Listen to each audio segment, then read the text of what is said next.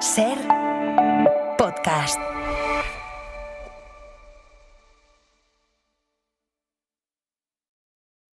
Hoy hace 6 años, un 9 de junio de 2020, nos dejaba Pau Donés, pero antes de marcharse quiso despedirse pues a su manera. Primero con esta canción, Eso que tú me das, que lanzó unas semanas antes de morir, el 23 de mayo, y más tarde ya de manera póstuma con una entrevista documental con su amigo Jordi Évole, que se estrenó en septiembre de ese mismo año, de 2020. Y una fecha como esta de hoy pues nos ha hecho pensar y reflexionar sobre si sabemos cómo despedirnos de una persona que ya tenemos interiorizado que va a morir pronto y lo contrario también, esa persona que va a morir, ¿cómo se despide? Jesús Pozo, al que hemos saludado por sus referencias, orígenes bíblicos casi al principio de la ventana, es periodista especializado en el mundo de la muerte, ha dirigido durante muchos años la revista Adiós, y esto lo hemos hablado muchas veces contigo y lo seguiremos hablando, que es este tabú y esta especie de compromiso de silencio que hay alrededor de la muerte, que es un poco absurdo mantenerlo, pero es lo que hay. Sí, yo tengo la suerte de que he pasado por esa experiencia y la he pasado bien. Entonces, claro, yo entiendo que hay gente que no la quiere pasar y que no está preparada, evidentemente. ¿Tú qué has pasado, por ejemplo, cuando dices yo he pasado esa experiencia? La muerte de mi padre y la muerte de mi madre. Yo he podido despedirme de los dos, de la madre, de una manera muy curiosa, porque mi madre tenía Alzheimer, cuando todavía el Alzheimer ni se estudiaba, ni había asociaciones, ni nada, ¿no? De hecho, yo la llevé a Murcia al único especialista que había en el sureste y parte de Andalucía, ¿no? Y fue muy deplorable la situación, ¿no? Entonces tuve la suerte de que en una matanza de unos amigos en Murcia, mi madre reconoció el himno Murcia, ella era murciana. Hoy es el día de la región de Murcia, sí, hoy precisamente. Fíjate. Sí. Las casualidades de la vida. Y me invitó a bailar con ella el himno Murcia, que lo estaban tocando en directo unos músicos. Y hacía tiempo que tú no apreciabas en ella señal de reconocimiento de casi nada. Pues una excelente cocinera que te ponía en la mesa encima el cordero sin hacer recién sacado del congelador, por ejemplo, ¿no? Creyendo que lo había cocinado.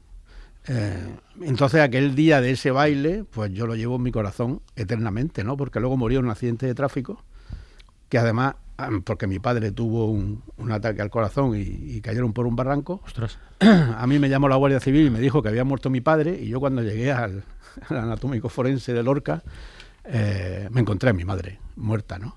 Entonces, claro, todo aquel proceso yo lo solucioné con el baile del himno Murcia. Y luego mi padre lo afeité. O sea, ¿tu padre sobrevivió al accidente? Sí, mi padre sobrevivió al accidente, estuvo en la UCI un montón de tiempo, luego se echó una novia que nos vino muy bien a todos, sobre todo a él, y con 60 y pico años. Y luego tuvo un cáncer de glándulas linfáticas terrible. El médico me dijo que duraba 6 meses y se cumplieron exactamente. Y los últimos 4 meses de su vida yo me fui a Almería a estar con él, ¿no? Entonces, claro, yo esos 4 meses también los doy por besados, ¿no? Porque pude tener conversaciones con él sabiendo lo que pasaba, porque ya estaba en silla de ruedas, sin pelo y sin poder prácticamente comer, ¿no? Y entonces, claro, lo importante fue que yo le pude decir al médico, hay que terminar con esto. Yo a mi padre no lo puedo ver dándose cabezazos contra la pared de dolor, ni viendo a la Guardia Civil que viene a detener a unos delincuentes que hay en su habitación, ¿no? Producto de la morfina. Ya. Entonces, claro, el último día en el hospital, afeitándolo y luego pidiéndome churros del sitio específico donde íbamos de niños a comer churros con chocolate, y yo decirle que es que no había churros, que le traía un yogur, y darle el yogur último ese, ¿no? Pues eso también se te queda en el alma y en el corazón y te soluciona muchos problemas. Esas conversaciones y esos momentos, ¿no? Siempre que haya amor. Si no hay amor, es imposible, ¿no? Pero en ningún momento se pronunció esa palabra de tu revista, adiós. Son despedidas como presente continuo. Pues ¿sabes lo que ocurrió? Que después de tomarse el yogur y descansar, se quedó dormido. Porque ya estaba en sedación activa, porque yo casi obligué al médico, que me hizo jurar y perjurar el médico que no podía decir nunca nada, porque estamos hablando del año 2004. Y se quedó dormido. Y fuimos a limpiarla una enfermera y yo estaba ayudando a la enfermera, y al moverlo se quedó. se paró el corazón, que era lo más delicado que tenía del cuerpo. Ya. Mi padre siempre tuvo problemas de corazón. Y de hecho toda la familia tenemos problemas de corazón. Oye, más allá de experiencias personales, y estas dos que acabas de compartir yo creo que tienen muchísimo valor, ¿existen estudios científicos que recomienden, que aconsejen, que orienten un poco cómo afrontar esta parte de nuestras vidas? Hay un grupo de trabajo muy interesante en la Universidad de Huelva, que se llama Grupo E6, que lo dirige Begoña García Navarro, que es directora de salud de la Universidad de Huelva y profesora de enfermería, que dice que la comunicación es fundamental, que el mayor sufrimiento, tanto en familiares como en los pacientes, se produce por esa falta de comunicación y por no hablar de lo que está ocurriendo, que es muy necesario esa comunicación y esa conversación sobre la muerte. Eso está estudiado y además con estudios con bastantes estadísticas, con pacientes y tal, ¿no? O sea, eso dice que influye en el sufrimiento y que ese sufrimiento además es más elevado, según esos estudios, en aquellos pacientes que han recibido escasa información de su diagnóstico y del pronóstico o directamente que no la han recibido. Entonces, o sea, siempre es preferible comunicar. Según los estudios estos y según la Asociación contra el Cáncer también. También. O sea, los estudios más serios lo que dicen es esto. Ya. Es que es el privilegio que tenemos, ¿no? Que es lo que diferencia el aborto de la eutanasia. O sea, yo creo que no se pueden poner en la misma balanza a pesar de las creencias de cada uno, ¿no? Claro, la eutanasia ya estamos hablando de un ser humano consciente, maduro, que se enfrenta a algo que tenemos escrito desde que nacemos. Entonces yo creo que tiene todo el derecho a decir, hasta aquí he llegado, hasta aquí he llegado, y tiene derecho a pedir a la sociedad que le ayude a hacerlo. La eutanasia no exige aplicársela a todo el mundo, no, solamente a aquellas personas en situaciones muy concretas, y desde luego previa manifestación de la voluntad del individuo. Es que eso no lo puede discutir el Papa. Claro. Eso lo tendré que decidir yo. Sí, pero yo creo que estamos un poco mezclando cosas, porque si hablamos de las despedidas en muertes naturales, naturales me refiero a enfermedades, digamos... Sí, estamos hablando de sedación por un lado y de eutanasia por otro. Exactamente. No sé, fíjate... Hablas de que hay estudios, y por supuesto que no lo dudo, de que abogan por la información absoluta y por la comunicación entre las familias, sabiendo que va a haber un fin. Mi experiencia es totalmente la contraria, y volvemos a hablar de experiencias personales, pero yo creo que en estas claro. es lo que podemos hablar. Mi madre no quiso nunca, jamás hablar de lo que le ocurría, ni quiso jamás abordar ninguna conversación que, por lejano que fuera, incluyera la palabra adiós. Por eso te preguntaba, no adiós, sino, esa especie de despedida, de te queremos, todo ese tipo de cosas. Mi madre fue absolutamente reacia a ellas. Yo pasé la última noche con mi madre y aproveché que ella estuvo inconsciente un buen rato para yo sola tener un monólogo, y yo me quedé con eso. Claro. Y sin embargo mi padre también sus últimas palabras fue aquí está, y tampoco pudimos tener esa despedida formal, pero él sí que lo sabía y él sí que había dejado una despedida, pero no abrió la boca. Por eso creo que cada experiencia es absolutamente... Hombre, claro, estamos hablando de matices por todos los sitios, claro, evidentemente, ¿no? Pero Jesús, ¿por qué es importante que haya despedida? Hombre, ¿qué aporta una despedida? Yo creo que es importante que haya una despedida, porque tú puedes comunicar lo que quieres comunicar a esa persona, seguramente que no lo has dicho nunca, porque es que ya después de eso no hay nada, no va a haber ninguna comunicación más. Y luego también es muy importante entre los propios familiares, que estás hablando de que tu madre no quería darse por fallecida o por prefallecida, darse por moribunda, moribunda. Pero la familia sí sabe lo que está ocurriendo. Claro, y nosotros sí que hablamos. Claro, yo, por ejemplo, en el caso que os estoy contando, que os he contado de mi padre, mi hermano escondió la cabeza debajo de la... No quiso saber nada, ni lo que yo hablé con el médico, ni fue a ver a mi padre en los últimos días. Él obviaba el asunto. Yo creo que eso es un error. ¿Y se lo reprochas? No. Es que yo creo yo no reprocho nada. Yo creo que bajo mi punto de vista, yo eso no lo hubiera hecho nunca. Claro, es que hay muchas formas de afrontar una situación así. Todas. Entonces, porque somos cada persona un mundo, efectivamente, ¿no? Y luego está cuando la persona que se va a morir sabe, porque sabe su diagnóstico que se va a morir, pero luego en conversaciones te dice cosas que te hace a ti mismo dudar, porque te habla de planes. Claro, por la incertidumbre de no saber qué va a pasar y el no querer saber que te vas a morir. Es que esa situación debe ser terrible, yo lo pensaba. Mi madre fue muy bonita, evidentemente, porque ni ella se enteró de nada después, ni yo creía que iba a pasar, pero mi padre, yo estoy convencido que estaba en una incertidumbre de decir, bueno, ¿y si hay un halo de esperanza de que venga una inyección milagrosa que me quite el cáncer de la glándula linfática? Oye, déjame incluir en la conversación, ya que estamos hablando de despedidas y estamos hablando estamos citando historias concretas, muy personales. Vamos a saludar a Carlos Belmar, que nos escucha desde Radio Asturias. Carlos, tocayo, buenas tardes. Hola, buenas tardes. A ver, nos ha puesto en la pista de tu historia el propio Jesús, cuando hace un año y pico, ¿no? Febrero del 25 fallece tu madre. Te encuentras con una dificultad a la hora de hacer una despedida, como tú querías, que era una despedida laica. Y tuviste que crear casi tú mismo el guión de lo que iba a ser el funeral. Sí, lo creamos entre la familia.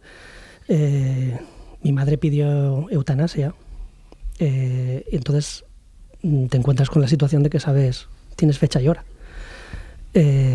Lo cual te permite despedirte y, por otro lado, pensar en el momento y cómo quieres que sea. La primera sorpresa es que, sabiendo eso, por ejemplo, cuando tú recurres al seguro sabiendo que lo vas a hacer, o a la funeraria, te dicen que hasta que no se produzca el fallecimiento no van a empezar a preparar nada.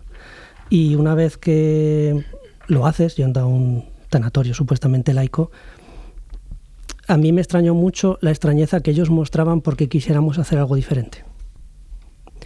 Y entonces sí, el guión lo escribimos nosotros, buscamos, eso sí, a través de la funeraria, un músico, un violinista, conseguimos uno, queríamos dos, pero tuvimos uno, y lo tuvimos que hacer nosotros. O sea, yo, por ejemplo, reconozco que para mí hicimos muy buen trabajo, la verdad es que nos quedó muy bien, pero mi hermana, mi hija, que quiso participar, la nieta, y yo, pues tuvimos que aguantar ese momento que es muy duro y que yo creo que fue muy terapéutico para el resto de la familia, pero yo hubiera preferido escuchar en otra voz lo que yo estaba diciendo, porque ese momento también era para mí. Y no pude hacerlo y luego yo lo pagué después. A mí me hubiera gustado haber tenido lo que tuvieron los demás, por ejemplo. Oye, el proceso, por curiosidad, el proceso burocrático, desde que se solicita la eutanasia hasta que se aplica, ¿cuánto duró? Duró 6 meses cuando debería durar 2. Pues esa es otra dificultad añadida. Hubo problema, claro. Es un problema, nos pusieron unas causas administrativas. Después de varias reclamaciones, cuando se pidió en septiembre, ella lo pidió en septiembre, nos encontramos con un momento de objeción de conciencia, lo cual es súper respetable. Sí, claro. Pero hay que conocer, por supuesto, cuál es el procedimiento, y si no lo sigues a rajatabla, la gente que lo necesite, yo lo que les recomiendo es que se informen mucho de cuál es el proceso, para que no les vayan dando largas, porque si no el plazo no empieza a contar y te puedes quedar de lado. Bueno, pues en enero nos dijeron que no habían recibido la solicitud. Habíamos perdido 4 meses y tu madre preguntando que cuándo iba a pasar, que ya no aguantaba más. Les está pasando, en el caso de mi madre necesitaba la eutanasia para morir. En el caso de otros pacientes se mueren sin obtenerla, sufriendo. Oye, Carlos, perdona, Carlos tuvo que recurrir al defensor del pueblo, ¿eh? ¿Ah, sí?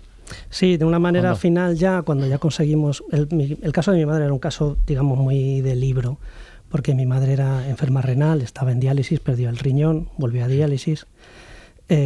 Afortunadamente con el riñón estuvo 20 años viviendo, viajando, trabajando, estupenda, ya tuvo una vida muy plena, esto nada, 0 dramas en ese aspecto. Pero luego cuando volvió a diálisis encadenó un ictus, un infarto y otro ictus. Ella perdió, por ejemplo, la capacidad de leer, que era una de las cosas que más le gustaba. Y ella no podía expresar lo que pensaba. El habla no le funcionaba, aunque ella sabía perfectamente, y eso le daba mucha rabia. Entonces, por eso por eso la solicitud. A ella la vida se le hacía muy difícil. Yo quería preguntarte, como estamos hablando de despedidas, sí. Has hablado de tus hijos, ¿cómo...? Porque en eso un día lo haremos con calma, ¿no? Lo de qué hay que hacer con los niños y el duelo. Sí, los nietos estuvieron... ¿Cómo vivieron tus hijos la muerte de la abuela? Presente en la despedida. Nosotros hicimos... Cuando ya reclamamos digamos, como al final al defensor del pueblo, y eso lo trasladamos al hospital porque vimos que iba a haber otro retraso, pues tal que un viernes nos avisaron de que iba a ocurrir un miércoles. Yo bajé de Asturias a Madrid y los niños bajaron el lunes. Sobre todo por el niño pequeño, incluso preguntamos... ¿Qué años tienen? Cuando ocurrió estaban en 10 y 15. Y 10 y 15. Para el pequeño le preguntamos a un psicólogo si era adecuado y nos dijo que sí. Y hicimos una despedida y los niños estuvieron presentes y se despidieron de su abuela siendo conscientes de lo que iba a pasar. Uh-huh. Y yo creo que eso les solucionó problemas posteriores. Pues seguramente. Carlos, te agradezco muchísimo que te hayas asomado unos minutitos a la ventana y fíjate, por terminar, como todo en la vida puede enfocarse desde ángulos distintos, y aquí uno pensará el humor, bueno, sí, el humor, o una manera parecida al humor de vivir una experiencia. Hace unos años, Berto Romero, me imagino que escuchas Nadie sabe nada, ¿no? Con Berto y Andreu, como tanta otra gente, sí, ¿no? Claro.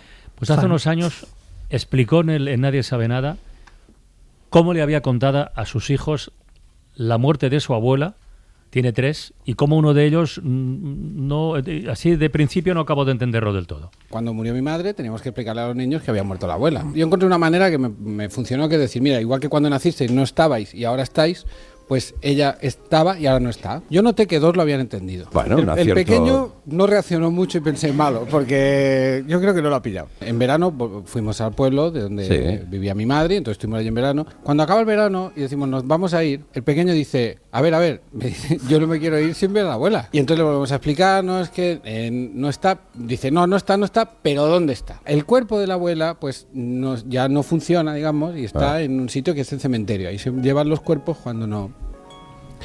Dice, vale, pues vamos. Claro, fuimos al cementerio. ¿Ahí fuisteis? Claro, fuimos. Y entonces vieron donde estaba enterrada la abuela y ahí, pues, bueno, lloramos todo lo que fuera. Pues el luto que hay que pasar. El protocolo que marca. El protocolo y tal. Y entonces, claro, él que llevaba todo este tiempo sin entenderlo, pues se pasó todo el día llorando. Toda la tarde, todo el día llorando, no sé qué. Y entonces le decimos, mira, pues pinta o algo. A él le gusta mucho pintar. Bueno. Entonces se va a dormir y al día siguiente por la mañana está pintando. Sí. Y está cantando. Abuela se ha muerto. Abuela se ha muerto. Se ha morido. Está en una caja. Y todos sudando. Bueno, pues ahora lo ha entendido, sí, pero igual está huyendo hacia adelante un poco. Sí. Huyendo hacia adelante un poco. Huyendo hacia adelante un poco. Qué bien.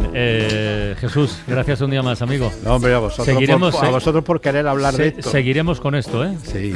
Seguiremos con esto porque yo creo que es justo y necesario. Joder, cómo estamos con las frases hoy.